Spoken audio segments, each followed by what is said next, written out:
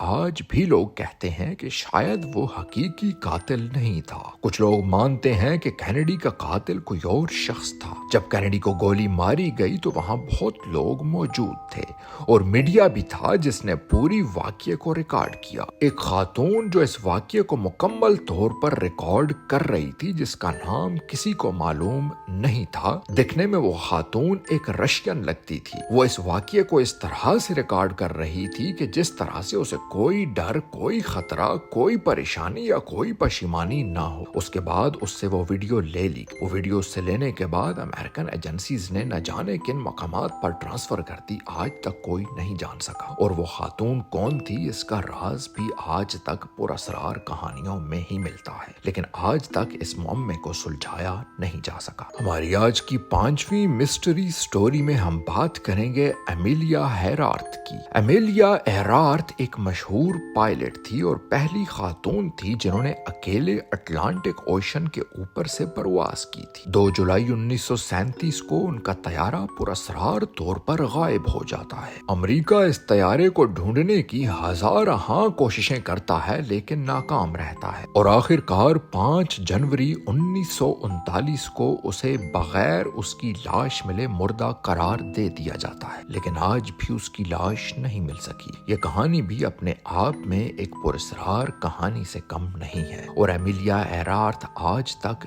پراسرار طور پر ایک معمہ بنی ہوئی ہے۔ آج کے 6ویں نمبر پہ ہم جس تہذیب کے بارے میں آپ کو بتانے جا رہے ہیں، یہ تہذیب ایک پراسرار تہذیب سے کم نہیں ہے۔ وادی سندھ کی تہذیب ایک انتہائی ترقی یافتہ سوسائٹی سمجھی جاتی تھی جس کی دریافت 1922 میں ہوئی تھی، لیکن اس کے ترقی کے باوجود اس تہذیب کا خاتمہ آخر کیسے ہو گیا، یہ ایک سوال ہے جس نے تاریخ دانوں کو پریشان کیے ہوئے ہے۔ کئی تھیوریاں دی جاتی ہیں، کچھ لوگ تو یہ بھی کہتے ہیں کہ یہ موسمیاتی تبدیلی کی وجہ سے یا کسی وبائی بیماری کی وجہ سے ختم ہو گئی، جبکہ کچھ کا خیال ہے کہ یہاں آریوں نے حملہ کیا۔ اس کے علاوہ بھی بہت سی ایسی تھیوریز پائی جاتی ہیں، لیکن حتمی طور پر آج تک کسی نتیجے پر نہیں پہنچا جا سکا کہ آخر وادی سندھ کی تہذیب کا خاتمہ کیسے ہوا۔ 7ویں نمبر پہ ہم جس مسٹری کی بات آپ کے سامنے کرنے جا رہے ہیں اس کا ٹائٹل ہے رنگ رنگ اسکرپٹ۔ رنگ رنگ اسکرپٹ ناظرین ایک قدیم زبان ہے جسے لوگ کئی سالوں سے ڈی کوڈ کرنے کی کوشش کر رہے ہیں مگر ابھی تک ناکام ہے۔ یہ اسکرپٹ 19ویں صدی کے آخر میں مشہور ہوئی اور اس میں 120 سمبلز ہیں۔ یہ دلچسپ ہے کہ اسکرپٹ سندھ وادی کی تہذیب کی لکھائی سے بھی ملتی جلتی ہے، تو ہو سکتا ہے کہ یہ اسکرپٹ وادی سندھ کی تہذیب میں ہی بنائی گئی ہو، لیکن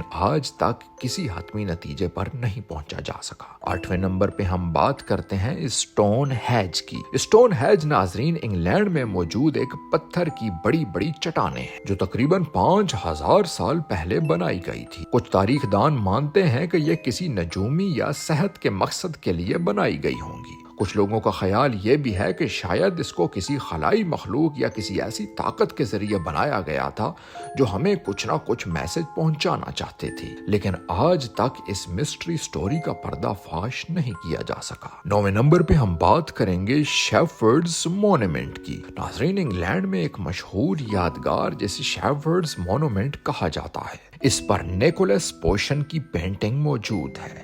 اس یادگار پر 10 حرف ایک کوڈ میں لکھے ہوئے ہیں جسے اب تک کوئی نہیں سمجھ سکا۔ 10ویں نمبر پہ ہم بات کریں گے اپنی سب سے پراسرار کہانی نازکا لائنز کی۔ پیرو کی دارالحکومت لیما سے 350 کلومیٹر دور نازکا ریگستان میں 80 کلومیٹر کے علاقے میں عجیب و غریب اور وسیع لائنیں بنی ہوئی ہیں۔ یہ نازکا لائنز 2000 سال پہلے بنائی گئی تھی، لیکن آج تک یہ سمجھ نہیں آیا کہ یہ کس نے اور کیوں بنائی، ان کے بنانے کا مقصد کیا تھا۔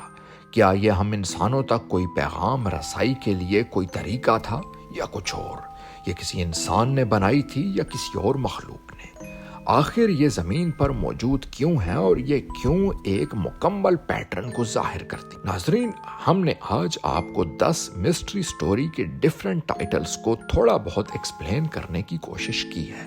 ان میں سے اگر آپ کو کوئی بھی ٹائٹل پسند آتا ہے تو کامنٹ باکس میں اپنی رائے کا اظہار ضرور کیجیے۔ آپ کے لیے اسی ٹائٹل پہ ایکسپلینیٹری سٹوری ہماری اگلی ویڈیو میں آپ کے لیے خاص طور پر اپلوڈ کر دی جائے گی۔ اگر آپ کو ہماری ویڈیوز پسند آتی ہیں تو ہمارے چینل کو سبسکرائب کیجیے اور لائک بٹن کو کلک کر دیجیے۔